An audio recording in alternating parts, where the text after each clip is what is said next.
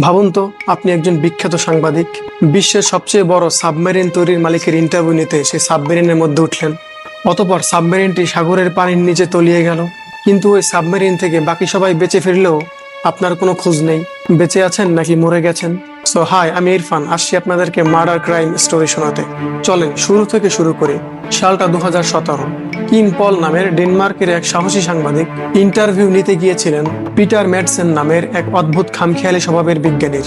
Peter নিজের হাতে একটি আস্ত সাবমেরিন বানিয়ে রাতারাতি বিখ্যাত হয়েছিলেন। কিম যখন ওই বিজ্ঞানীর সাথে সাবমেরিনে চড়েন, তখন সে আসলে জানতো না যে সে একটা মৃত্যুর ফাঁদে পা দিচ্ছেন। সাবমেরিনটি ছাড়া হলো। কিছু দূর চলার পরে সাবমেরিনটি রহস্যজনকভাবে ডুবে যেতে শুরু করে।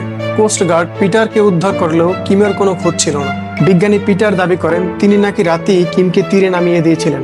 কিন্তু পুলিশ যখন সাবমেরিনটি পানি থেকে তোলে, তখন ভেতরে পাওয়া যায় অনেক রক্তের দাগ।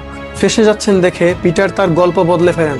পিটার বলেন সাবমেরিনের ঢাকনা মাথায় পড়ে কিম দুর্ঘটনাবশত মারা গেছেন এবং ভয়ে তিনি তার লাশ সাগরে ভাসিয়ে দিয়েছেন।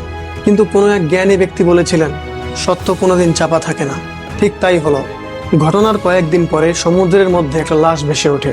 ডিএনএ টেস্ট করে জানা যায় যে ওই লাশটা সাংবাদিক কিমেরই ছিল।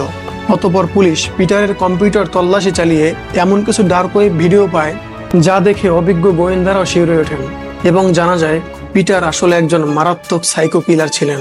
সে নারীদেরকে যৌন নির্যাতন করে হত্যা করত। সাংবাদিক কিমকে তিনি সাবমেরিনের মধ্যে নির্মমভাবে অত্যাচার করেন, অতঃপর শ্বাসরোধ করে হত্যা করেন।